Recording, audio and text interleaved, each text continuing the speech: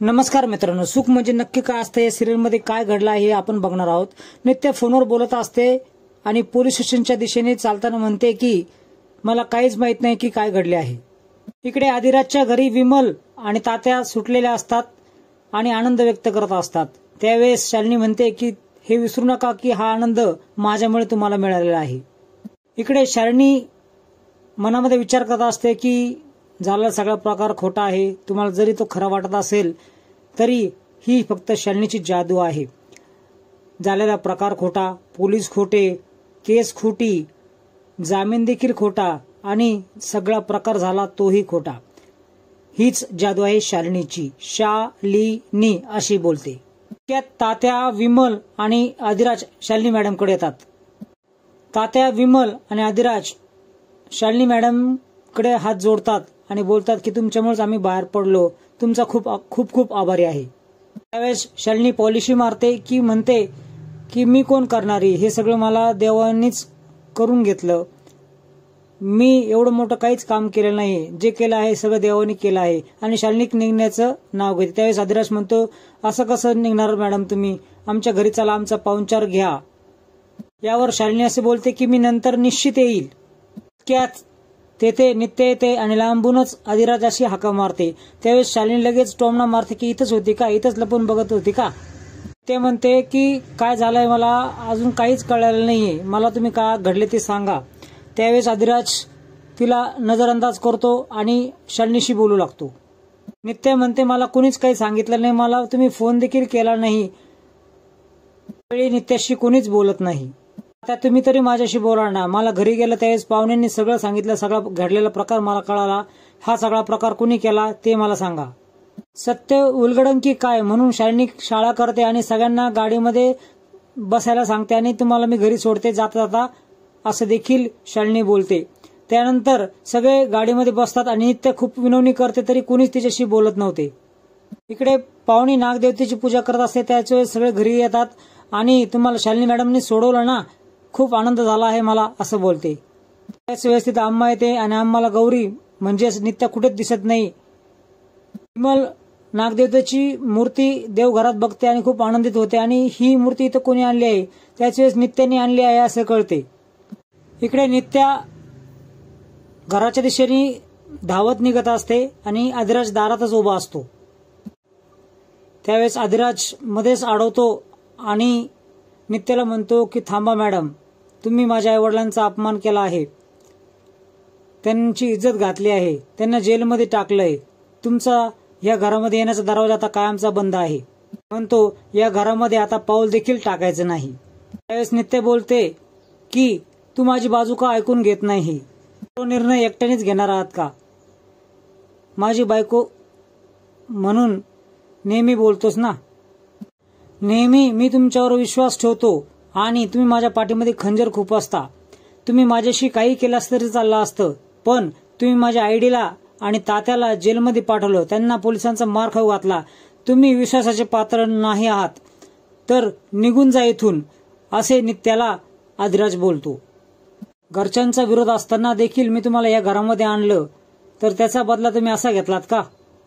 मी काहीच केलं नाही, मी पोलीस केस देखील केली नाही, मी पोलीस केस का करेल, अशी नित्या बोलते। त्यावेळेस पाहुणी बोलते की आम्हाला सगळं माहित आहे, आमची एवढी बदनामी करून तुझं भागलं नाही का, असं म्हणून ती जोरात तावातावाने पुढे येते, नित्याचा हात पकडते आणि तिला जोरात खेचत घराबाहेर काढून टाकते। त्यानंतर पाहुणी घरामध्ये एकटीच येते आणि आदिराज दरवाजा बंद करून घेतो। दरवाजा बंद करता वेळेस तो खूप क्रूरतेने तिच्याकडे बघत असतो, खूप रागाने तिच्याकडे बघत असतो।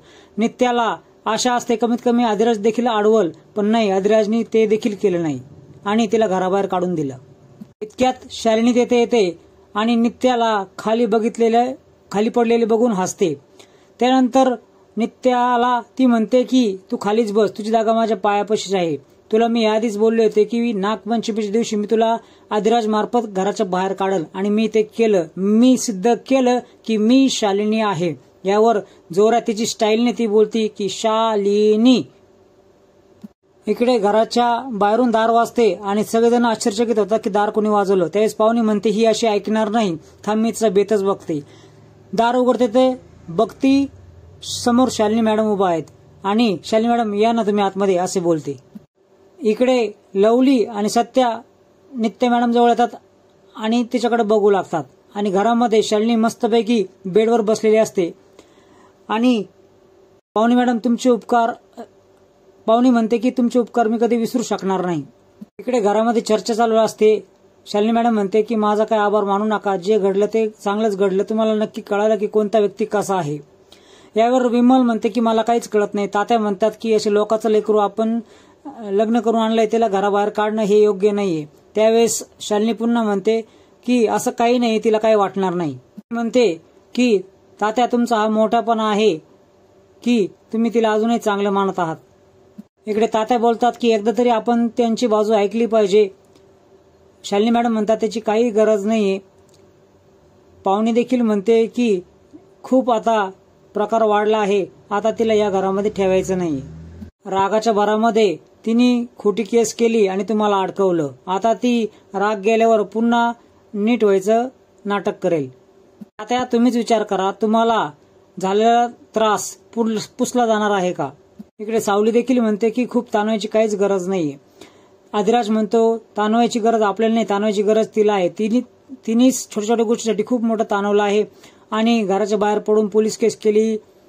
तात्याने आयडीला पोलिसांकडून मारहाण करायला लावली, खूप इज्जत गेली, बदनामी झाली. आता किती आणि काही जरी झालं तर मी तिला घरात घेणार नाही. इतक्यात घराच्या बाहेरून काहीतरी ठोकण्याचा आवाज येत असतो. त्याच वेळेस सगळेजण बाहेर येतात पटापटा आणि बघतात तर काय, नित्या घराच्या बाहेर तंबू ठोकत असते. यावर आदिराज बोलतो की हे काय चाललंय. त्यावेळेस नित्या मॅडम बोलतात की मी तुझ्या घरासमोरच राहणार, तू घराच्या बाहेर मला काढलं पण या तंबूतून बाहेर काढू शकत नाही, मी सतत तुझ्या डोळ्यासमोर दिसणार आणि काय करायचं हे सगळं मला माहित आहे असे देखील बोलते. नित्या बोलते जोपर्यंत तुझ्या मनातून माझ्याबद्दल राग जात नाही तोपर्यंत मी इथेच राहणार. आणि त्यानंतर आदिराज बोलतो की राग गेलाच नाही तर मी तुला घरात घेतलं नाहीस तर काय करशील. त्यावेळेस लगेच नित्या बोलते की मग हे मंगळसूत्र देखील तोडून टाक ना. मध्येच पाहुणी बोलते की आता कशाची वाट बघतोय, आता काय सगळं संपलं आहे ना, मग तू तोडून टाक ना मंगळसूत्र. ती म्हणती ना मंगळसूत्र तोड म्हणून. त्यात आदिराज घरात जायला निघतो. त्यावेळेस नित्य त्याचा हात पकडते आणि म्हणते चूक आहे का बरोबर आहे, मला माहित आहे तू माझ्यावर चिडला आहे, समज आहे का गैरसमज आहे हे मी तुला दाखवल. योग्य वेळ जेव्हा येईल त्यावेळेस अविश्वासाचा जो पडदा तुझ्या डोळ्यावर आहे तो बाहेर नक्की निघेल. रागामध्ये आदिराज हात सोडून घेतो आणि घरामध्ये निघून जातो. पुढच्या भागात तुम्ही बघणार आहात की शालिनी टेंट काढण्याचा प्रयत्न करते. त्याच वेळेस एक साप तिथे येतो आणि त्या सापाला घाबरून जाते. त्याच वेळेस नित्या नागदेवतांच्या पाया पडते आणि म्हणते की तुमच्यामुळेच माझा विश्वास वाढत आहे आणि तुम्ही इथे येऊन सर्व गोष्टी खरी करून दाखवली आहे. शालिनी तेव्हाच बोलते की दरवाजा तर घराचा तुझ्यासाठी बंद झालाय ना कायमचा. तर नित्या बोलते की घराचा दरवाजा बंद झाला आहे पण आदिराजच्या हृदयाचा दरवाजा